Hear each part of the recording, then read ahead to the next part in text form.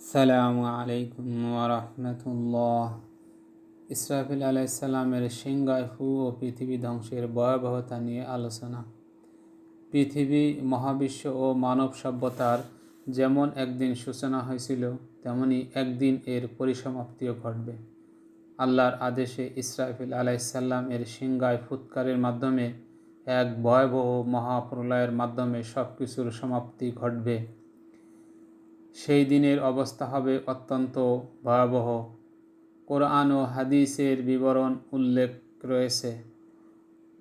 সংক্ষেপে কিছু আলোচনা আমরা করার চেষ্টা করছি। ইসরাফিল আলাইসাল্লামের সিংহা। আরবি শুয়োর শব্দের অর্থ সিংহা। কোরআন ও হাদিসে এই শব্দটি ব্যবহৃত হয়েছে।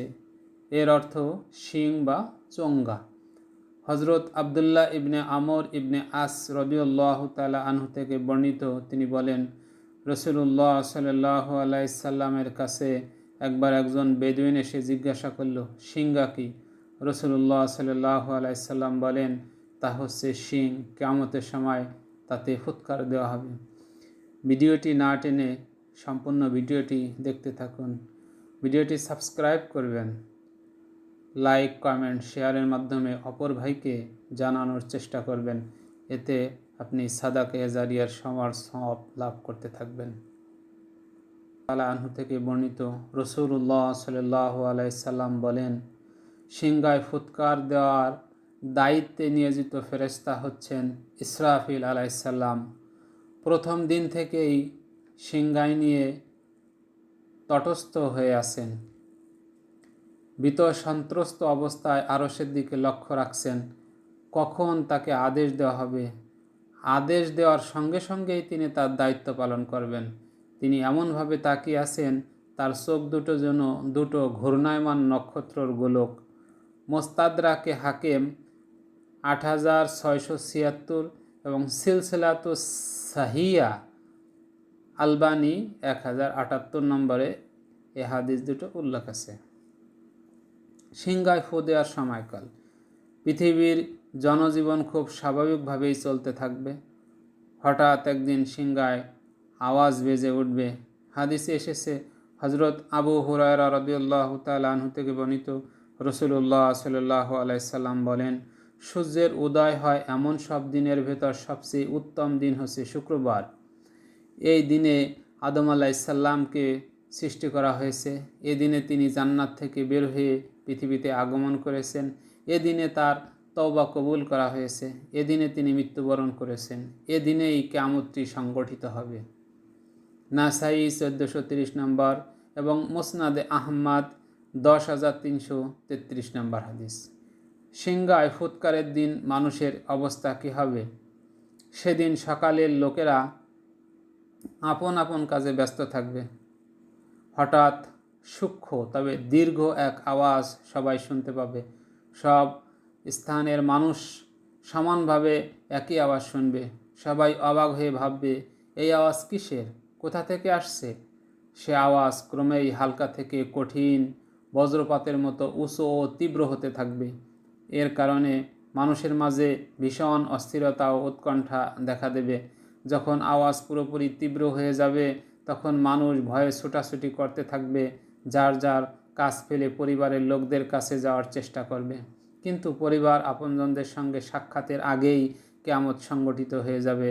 আল্লাহ সুবহানাহু ওয়া তাআলা বলেন, তারা তাদের সম্পদের ওসিয়ত করা এবং নিজেদের পরিবারের কাছে ফিরে আসার অবকাশ পাবে না। সূরা ইয়াসিনের 49 নম্বর আয়াতে উল্লেখিত আছে। হাদিসে এসেছে, রাসূলুল্লাহ সাল্লাল্লাহু আলাইহি সাল্লাম বলেন, প্রথম যে ব্যক্তি সিংহার আওয়াজ শুনবে, সে তার উটের পানি পান করার জন্য হাউজ মেরামতে ব্যস্ত থাকবে। এমন অবস্থায় সে সিংহার আওয়াজ শুনতে পাবে এবং বেহুশ হয়ে পড়বে। মুসলিম 2940 নম্বর হাদিস। অন্য হাদিসে এসেছে, কিয়ামত অবশ্যই কায়েম হবে। তা এমন এক সময় যে কাপড়ের দোকানে ক্রেতা বিক্রেতার সামনে কাপড় দেখার জন্য মেলে ধরবে, কিন্তু দরদাম শেষ করতে পারবে না, কাপড় গোটাতেও পারবে না। এক ব্যক্তি দুধ দহন করে ঘরে নিয়ে বসবে, কিন্তু তা পান করতে পারবে না। এক ব্যক্তি হাউজ মেরামত করবে কিন্তু তা থেকে পানি পান করতে পারবে না। এক ব্যক্তি লোকমা তুলবে কিন্তু তা মুখে দিতে পারবে না। এমন অবস্থায় কিয়ামত কায়েম হবে। বুখারী শরীফ 6506 নম্বর হাদিস। পৃথিবীর মানুষ স্বাভাবিক জীবনযাপন করতে থাকবে, এমন সময় আকস্মিকভাবে পৃথিবী ধ্বংসের বাজি বেজে উঠবে। সিংহায় ফুৎকারের ভয়াবহতা। আল্লাহ সুবহানাহু ওয়া তাআলা বলেন, যখন সিংহায় ফুঁক দেওয়া হবে সেটা হবে অনেক কঠিন দিন। সূরা মুদাসসির 8 নম্বর থেকে 9 নম্বর আয়াত।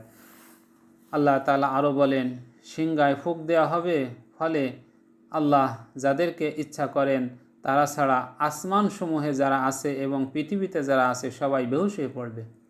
সূরা জুমারের 68 নম্বর আয়াত।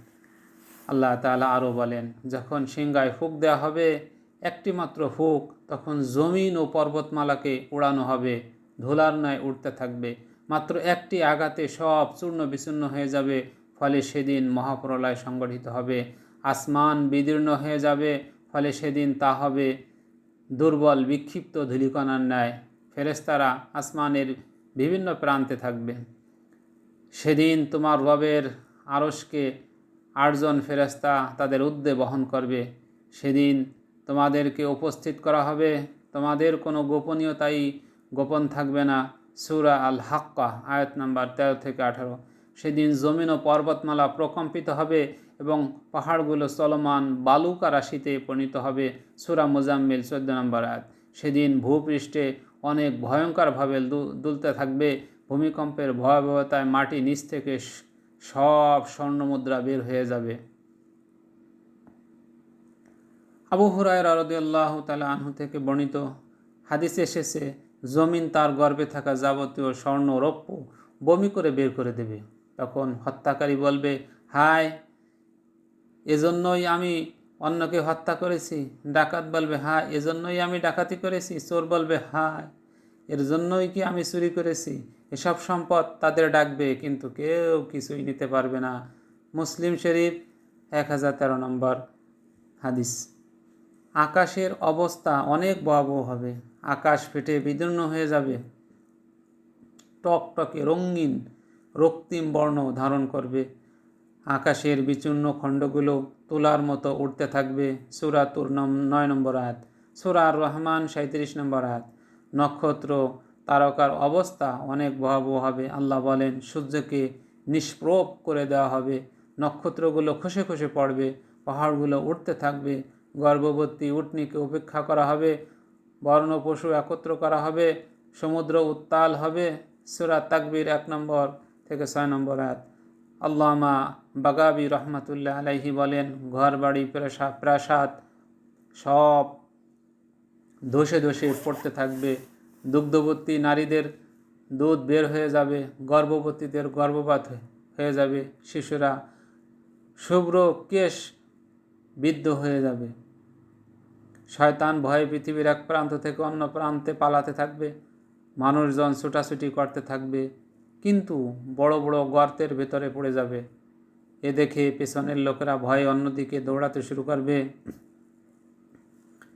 এভাবে পুরো পৃথিবী ধ্বংস হয়ে যাবে। একমাত্র আল্লাহ তাআলা থাকবেন। মহাবিশ্বের সব কিছু ধ্বংস হয়ে যাবে, কেবল থাকবেন মহান সৃষ্টিকর্তা আল্লাহ সুবহানাহু ওয়া তাআলা। কোরআনে এসেছে, প্রত্যেকটি জিনিসই ধ্বংস হয়ে যাবে, থাকবেন কেবল আমার সুবহানাহু ওয়া তাআলা। সূরা কাসাসের 88 নম্বর আয়াত। তখন আল্লাহ সুবহানাহু ওয়া তাআলা বিশাল শূন্যে মহাশূন্যে বজ্র নিনাদে ঘোষণা করবেন, আজ বাদশাহী ও রাজত্ব কার। কোথাও কোনো সাড়া শব্দ হবে না। তখন আল্লাহ তাআলা বলবেন, একমাত্র পরাক্রমশালী প্রভু আল্লাহর। সূরা গাফের 16 নম্বর আয়াত। হাদিসে এসেছে, হযরত ইবনে উমর রাদিয়াল্লাহু তাআলা আনহু থেকে বর্ণিত, তিনি বলেন, কিয়ামতের সে সময় আল্লাহ 7 আসমান ও জমিনকে মুঠোর মধ্যে গুটিয়ে নেবেন।